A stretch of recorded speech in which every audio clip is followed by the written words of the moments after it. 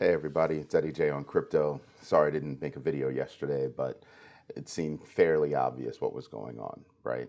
No matter what good news came out about cryptos, um, things were not gonna bode well. So the reason, or my reasoning for this is, Russia's, having missile tests today and more, more things that, show their force and everything. They've already started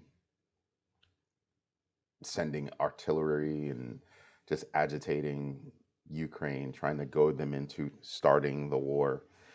Um, that's going to have a major effect on markets. It is having a major effect on markets, both the stock market and the crypto space.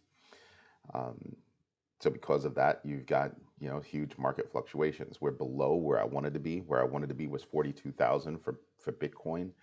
Bitcoin right now, I believe, is at 40 and change. Yep. Literally 40 and change, $40,019.35. It's been battling back and forth just to maintain, to be around $40,000. So, you know, the other news that's out there, I mean, we could be talking about um, NFTs taking a dive 30%, in sales. We could be talking about um, different things that are going on. You have new new cross chain technologies that are coming out. We could be harping on the whole new bank situation where we thought they were crypto friendly and maybe they're not crypto friendly. There's that whole conversation, but no. Instead, we're yapping about Russia and how Russia's affecting everything on a global scale. So one bad actor in the whole world, and yeah, you can really wreck shit. Excuse my language, but that's the only way to put it. Let's get to the numbers. I mean, don't get me wrong. For me, this is a temporary problem. Sooner or later, it'll get worked out, and you sit there and you just kind of go, how, when, just. But eventually, I think it gets worked out, um, or the dust settles and people just accept it and move on. So for me, I'd be looking at this as a buying opportunity for anything I missed before, right? So let's get to the numbers so we can try to see what we might have missed before. Let me see if I can bring this up for you. Dun, dun, dun, dun. Okay, so here we are. Um, Not the prettiest thing in the world, right? You have just losing everywhere. Just everywhere, everybody's down. UFO gaming is down 6%. That's one of our holdings. Um, so yeah, not pretty. But I'm also looking at this price and saying, oh, that's a fire sale.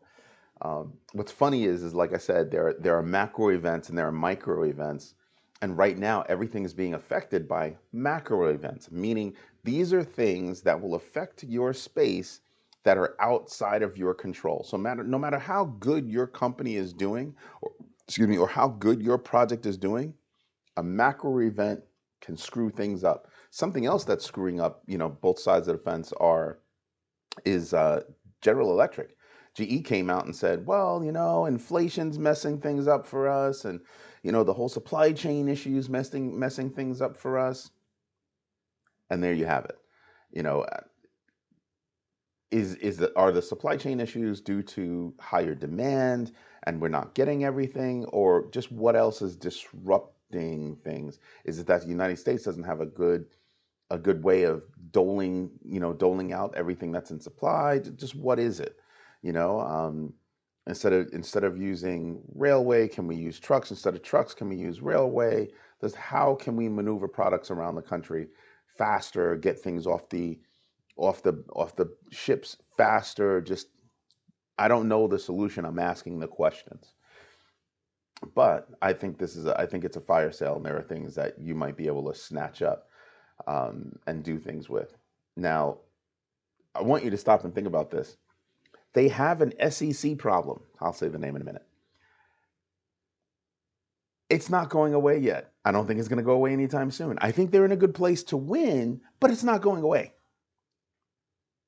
XRP Ripple is up 4.78%. What? What? Still up almost 5%. So you look at that and they're at 82 cents, 82 cents plus, right? And I'm like, man, they're really holding the line. I mean, that I think they're gonna just explode very soon. Just and just take off. So right now I'm just looking at things and just saying, yeah, it's not such a pretty place right now. But like I said, I think it's a buying opportunity at the moment. So I was looking at Bitcoin just to make sure I see the numbers right. $40,013.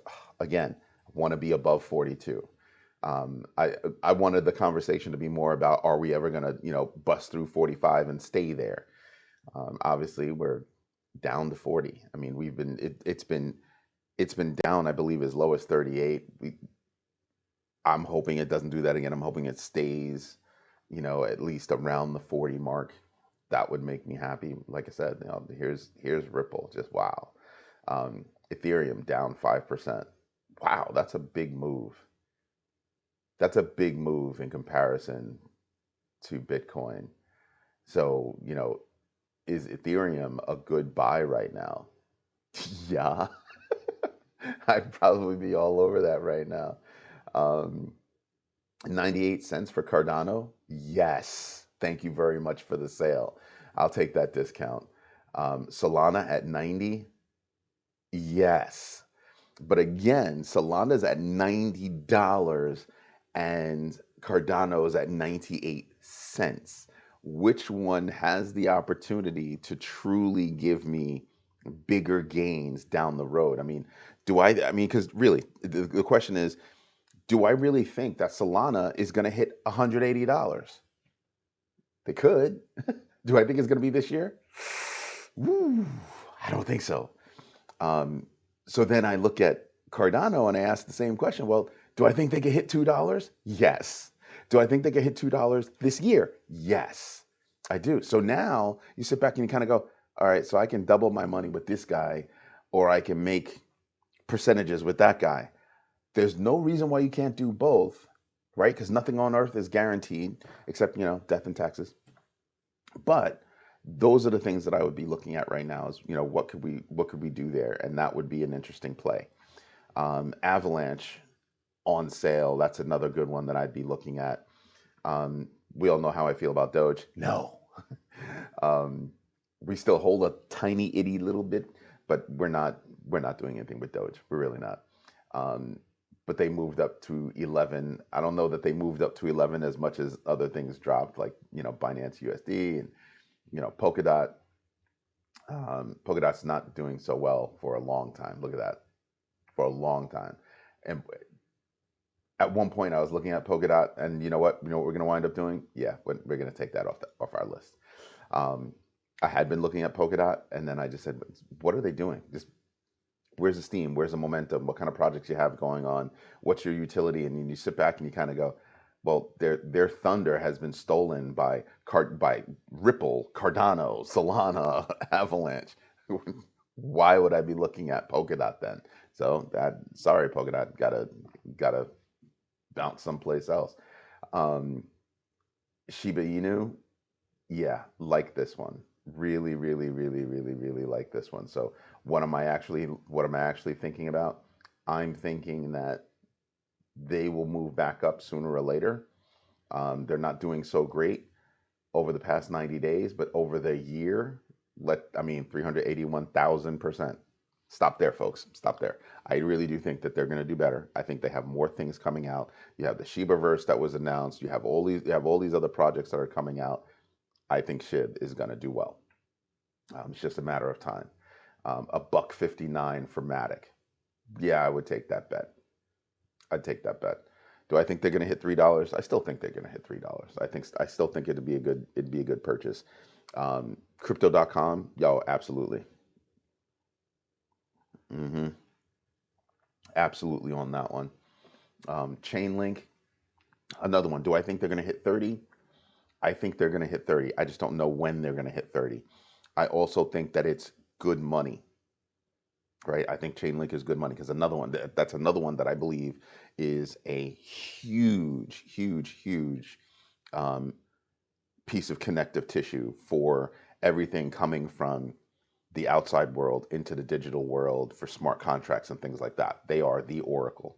Speaking of oracles, I had a conversation with my brother yesterday, and I was like, yeah, I think Oracle, the company, should actually get into Chainlink's business. They've got a lot of reach. They have the databases and everything. They have the space. They have the knowledge. They have the know-how. Um, I think if they were to become an Oracle in the cryptocurrency space, I think that could be a huge move for them, and I think they could pick up a lot of business doing it. But they're not. But that's me giving them an idea. That could be something. But I really do like Chainlink. They are the biggest Oracle out there. They're good at what they do. I definitely believe in that project. So that's something for me to look at. Um, Near, yeah, yeah, but at $10 again, I'm not necessarily thinking. I always start with the question: do I think they're going to double? No. Um, well, let me rephrase. Do I think they're going to double? Yes, anybody can double. But at $10, do I think they're going to hit 30, 40, 50? I'm not that deep into them, so I don't know. But some of these other projects, Gala, UFO Games, um, uh, who is it? Polygon. These other projects, I think can. So that's where I want to put a good portion of my money. Think of it as I'm buying this stock because the stock is well, but and I think these stocks are going to move and make me money. And I'm buying these safe bet stocks because I think they'll make me money too, kind of like stocks and dividends. So that's, stocks for money and stocks for dividends. That's what I'm looking at. So that's how I purchase. So I'm gonna weight my crypto portfolio based on that. So I'll have less stocks that equate to good stock, but I'm really getting them because they give a dividend versus these are moving stocks that will make me money, make me chunks of money, you know. And then I have a third bucket that says, well, these guys will make me money, but on top of them making me money, I also believe that there will be volatility so I can do the ups and downs. I can actually trade those cryptocurrencies versus these are the ones I'm going to hodl. These are the ones I'm going to trade. These are the ones I'm hodling, but it's easy money. I'm almost using that as my cash, right? And that's really what I'm looking at is where can I put things in. Most people say, oh, stablecoin, and I'm kind of like, yeah. I mean, I want to make a little bit of money. I mean, I could leave cash in the bank and make no money. That's the same thing as stablecoin. I'm making no interest on it. Or I can find a stable cryptocurrency that's going to make a little bit of money and keep me happy. I can use it as cash. And whenever I need to dip in, just dip in, pay for whatever I got to pay for if I can't pay for it in crypto, and move on from there. So those are things I'm looking at. So right now, the market, I mean, just look at it. The market is red. It is red. The fear and greed index, we're at 25, and I just refreshed. That 25. So the fear and greed index, people have extreme fear right now. Is it down to 11 like it was before? No. But yesterday we were at 52, or the day before we were at 52. So yeah, I mean, things aren't looking so beautiful. And I'm hoping that we can get back on the right trend, but it's not like we haven't done this before. It's popped up, it's come back down, it's popped back up, and it kept going up. So we've done this before where it's done well, done poorly, and then started battling back again. Just like over here, this went sideways, then we went up, then we came down, then we started playing around sideways, went up a little bit, a lot. That's when we hit the highs, and then we fell back down. And I think we're going to wind up stair stepping again. We just this whole Russia Ukraine thing needs to be put to bed, and that's it. Russia's just being a bad actor, and we need to figure out a way to quash that without the loss of life. I mean, really, I mean, there's no reason for Russia to invade Ukraine. None. They just want to. So there's a difference. Ukraine didn't do anything to them. They just want to. And they have certain goals to threaten that this is what we want to do. In my head, I just sit there and I just go, I don't want loss of life. I've got family that was in the military. My brother was in the military. Thank God he made it back home. He's been in some of the roughest areas around the world. But yeah, loss of life sucks. It's not cute. So yeah, no, I'd rather this go away without loss of life. Just my thoughts on it. And then the markets will stabilize, everything stabilizes, and then we can get back on track, to people making money and making a difference in the world. Because I firmly believe that not only can you make money with cryptocurrency, but I think it's actually going to help the world itself kind of, help people not stay in poverty. So there you have it. So that's today. Um, I wish we had more good news, but we don't. So whatever you got right now, don't panic. I'm not panicking, and I'm not rich, but I'm holding on right now. Um, some people call it holding on for dear life. Ugh, that term. But anyway, but I am holding on. I think it's a buying season. I think there are ones that I'm going to consider that I'm going to purchase. I know my portfolio is hurting right now. Um, some parts of my portfolio are doing well because I bought extremely early, so I'm already positive. I'm just not as positive as I was. But I think there are things on sale, and I think I might capitalize on those things that are on sale. Gala's on sale, UFO Gaming's on sale, Polygon is on sale, um, Solana's on sale, but that's a little bit high for the amount of money that I can buy one Solana. I can buy many Matic. Um, so those are things I'm looking at. Do I want to go the Ethereum route? I probably will.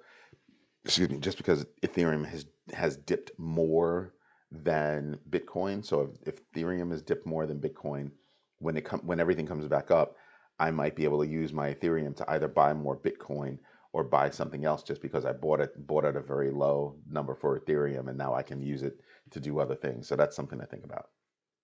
But there are also other ways to get into Ethereum, right? I can buy some SHIB. There are things that I can do to get in there, but there are a lot of ways. There are a lot of things to make money. So do your research on, you know, where you want to be, right? If you're DCAing, meaning dollar cost averaging, and you've got your schedule, stick to your schedule. Stick to your schedule. Because when I think of dollar cost averaging, I think about it the same way that I used to think about, investing in mutual funds. Just every week I'm putting money in. Every week I'm putting money in. Just a little bit, little bit, little bit, little bit, little bit, and then you turn around, 5, 10 years later, and all of a sudden that little bit is huge. That's what we're talking about. So anyway, Eddie J on crypto. Don't forget to smash the likes, subscribe to us, and hit the notification bell so you know when I'm going to make another video. I'm probably going to make another one later on if I see any action in the market. I'll come back and let you know. All right. Have a great day. Bye bye.